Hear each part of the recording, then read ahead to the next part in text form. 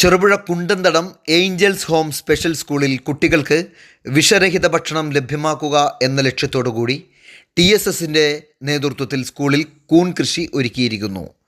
TSS Cherupuzha unit, അനുഗ്രഹ SHGയും സംയുക്തമായാണ് Mary മീഡിയാട്രിക് സഭാസമൂഹം നടത്തുന്ന ഏഞ്ചൽസ് ഹോം സ്പെഷ്യൽ സ്കൂളിൽ കൂൺ കൃഷി പരിശീലനം നടത്തുകയും കൃഷി ആരംഭിക്കുകയും ചെയ്തിരിക്കുന്നത്.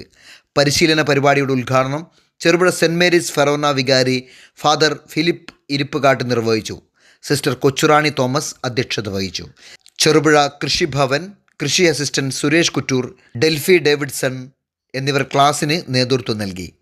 Baby Mankottathil, Sheeba Varghese, sister Jasmine, sister Susan, Binoy Thoppil എന്നിവർ പ്രസംഗിച്ചു. അതുപോലെ തന്നെ അതിൻ്റെ ഒരു ആരംഭവും ഉദ്ഘാടനം കഴിഞ്ഞു. എല്ലാവർക്കും അറിയാം, കൃഷിയോട് താല്പര്യമുള്ള ഒരു വ്യക്തി വരിക എന്ന് പറയുന്ന ഒരു വലിയ ഇത് കാണാൻ പറ്റും. ആ സമയത്ത് നമ്മൾ 3 നേരം ഇത് സ്പ്രേ ചെയ്ത് വെള്ളം നനച്ചു കൊടുക്കുക.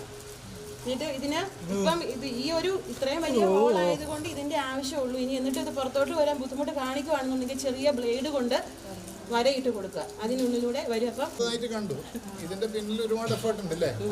ഇത് 10 മണിക്കൂർ ഈ കച്ച് വെള്ളത്തിൽ കുതിർത്ത് വെക്കണം. സാധാരണ രീതിയിൽ നമ്മുടെ പറമ്പുകളിൽ ഈ കൂണുണ്ടാകുന്നത്, ഈ കൂണെന്ന് പറയുന്നത് ഹരിതകമില്ലാത്തൊരു ഫംഗസാണ്. ഈ ഫംഗസ് മറ്റ് ജീർണിച്ച വസ്തുക്കളിൽ നിന്ന് ഭക്ഷണം ഉപയോഗിച്ചുകൊണ്ടാണ് വളരുന്നത്. അപ്പം നമ്മുടെ പറമ്പുകളിൽ ഉണ്ടാകുന്നത് ജീർണിച്ച മരത്തടികളും മറ്റും ജീർണിച്ച സമയത്ത് അവിടെ ഉണ്ടാകുന്ന വിത്ത് ഉപയോഗിച്ചാണ് അവിടെ കൂണുണ്ടാകുന്നത്. അത് അന്തരീക്ഷ കാലാവസ്ഥ അനുയോജ്യമാകുന്ന സമയത്താണ് അവിടെ കൂണുണ്ടാകുന്നത്. ഇപ്പം ഈ കൂണ് ഇങ്ങനെ ഉണ്ടാകാനുള്ള കാരണം എന്ന് പറയുന്നത് ഇതിൻ്റെ ഉള്ളിലുള്ള നമ്മുടെ കച്ചി ജീർണിച്ചെടുക്കുകയാണ്, നമ്മൾ ജീർണിപ്പിക്കുകയാണ് ചെയ്യുന്നത്. അപ്പോൾ ഇതൊരു 10 മണിക്കൂർ വെള്ളത്തിൽ കുതിർത്ത് വെച്ചതിന് ശേഷം 45 മിനിറ്റ് ഇത് സ്റ്റെറിലൈസ് ചെയ്യുന്നുണ്ട്. തിളപ്പിച്ചിട്ട് സ്റ്റെറിലൈസ് ചെയ്തതിന് ശേഷമാണ് ഇത് കൊണ്ടുവന്നത് അല്ലേ? അത് കൊണ്ടുവന്നതിന് ശേഷമാണ് ഇതിലിടുന്നത്. ഓരോ ഘട്ടത്തിലും നമ്മൾ ഓപ്പറേഷൻ തിയേറ്ററിൽ പ്രവർത്തിക്കുന്നത് പോലെ തന്നെ അണുവിമുക്തമാക്കിക്കൊണ്ടാണ് ഇത് ചെയ്യുന്നത്. കാരണം ഇത് ഒരുപാട് ചെയ്തിട്ട് പരാജയപ്പെട്ടവരുണ്ട്. ഇതിന് ആൻറ്റി ഫംഗസ് ആക്ടിവിറ്റി ഇതിൻ്റെ ഉള്ളിൽ പ്രവർത്തിച്ചു കഴിഞ്ഞാൽ, പ്രത്യേകിച്ച് ട്രൈക്കോഡർമ എന്നെല്ലാം പറഞ്ഞ കുമിള് പ്രവർത്തിച്ചു കഴിഞ്ഞാൽ ഇത് പൂർണ്ണമായും നശിച്ചു പോകും. അപ്പോൾ അങ്ങനെയുള്ള വളരെ സെൻസിറ്റീവായിട്ടുള്ളൊരു ഫംഗസാണ് ഇത് വളർന്നു വരുന്നത്. അങ്ങനെയാണ്. അപ്പോൾ അത്രയും എഫേർട്ട് ഉണ്ട്. പിന്നെ അതിനുശേഷം ഈ 15 ദിവസം ഇത് സൂര്യപ്രകാശം കിടക്കാത്തൊരു റൂമിൽ നമ്മൾ കെട്ടിത്തൂക്കുന്നു. ഉറി പോലെ കെട്ടിത്തൂക്കിയാണ് ചെയ്യുന്നത്. നിലത്ത് വെച്ച് കഴിഞ്ഞാൽ അവിടെ എന്തെങ്കിലും ഫംഗസ് ഇൻഫെക്ഷൻ ഉണ്ടാകുന്നത് കൊണ്ട് തന്നെ ഉറി പോലെ കെട്ടിത്തൂക്കിയാണ് ചെയ്യുന്നത്. 15 ദിവസം കഴിഞ്ഞ് കഴിഞ്ഞാലാണ് ഇത് ഗ്രോത്ത് ഉണ്ടാകുന്നത്.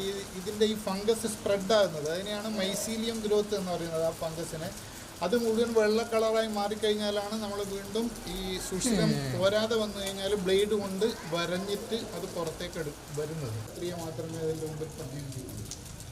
ഇപ്പോൾ ആരോഗ്യ മേഖലയിൽ നിന്ന് വരുന്ന ആലോചനയും ഒരു കൂട്ടായ്മയുമാണ് ഇവിടെ ഒരുമിച്ച് ചേർന്നത്. അത് നേതൃത്വം കൊടുത്ത നമ്മുടെ സുരേഷ് സാറ്, അതുപോലെ തന്നെ ക്രെഡിറ്റ് യൂണിയൻ്റെ പ്രസിഡന്റ് ബേബി സാറ്, അതുപോലെ തന്നെ ഷീബ, ബഹുമാനപ്പെട്ട മദർ, സിസ്റ്റേഴ്സ്, എല്ലാ കുട്ടികളെല്ലാം ഒരുമിച്ച് ചേർന്നിട്ടാണ് ഇതുമായി ബന്ധപ്പെട്ട കാര്യങ്ങൾ നമ്മൾ ചർച്ച ചെയ്ത് കാര്യങ്ങൾ ക്രമീകരിച്ചത്.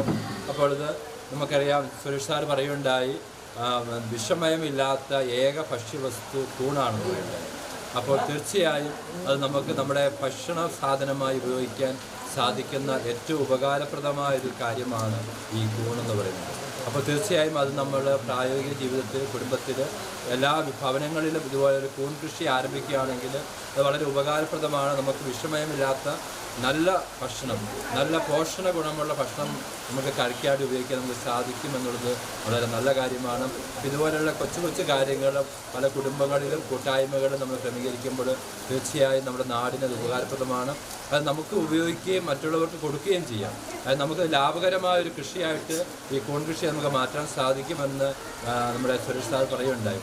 അപ്പോൾ വളരെ തുച്ഛമായ തുകയിൽ നിന്ന് വലിയൊരു സാമ്പത്തിക നേട്ടം നമുക്ക് ഈ കോൺവെൻഷൻ വഴിയായിട്ട് നമുക്ക് ലഭിക്കുമെന്ന് പറയുകയുണ്ടായി. അപ്പോൾ അതിൻ്റെ വെളിച്ചത്തിൽ ഇങ്ങനെയുള്ള ചെറിയ കാര്യങ്ങൾ മറ്റുള്ളവർക്ക് ഉപകാരപ്രദമായ രീതിയിൽ saint Joseph's hospital Karuvanchal NABH pre entry level accredited and ISO certified hospital.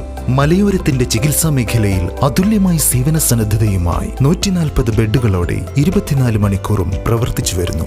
Emergency department, CT scan, ultrasound scanning, operation theatre, ICU, labour room, NICU, PICU, laboratory, microbiology, pharmacy, physiotherapy, dialysis, dental care, blood storage, deluxe rooms, ambulance service. തുടങ്ങി എല്ലാവിധ സൗകര്യങ്ങളുമായി saint Joseph's hospital, Karuvanchal. Phone 9400 062 912.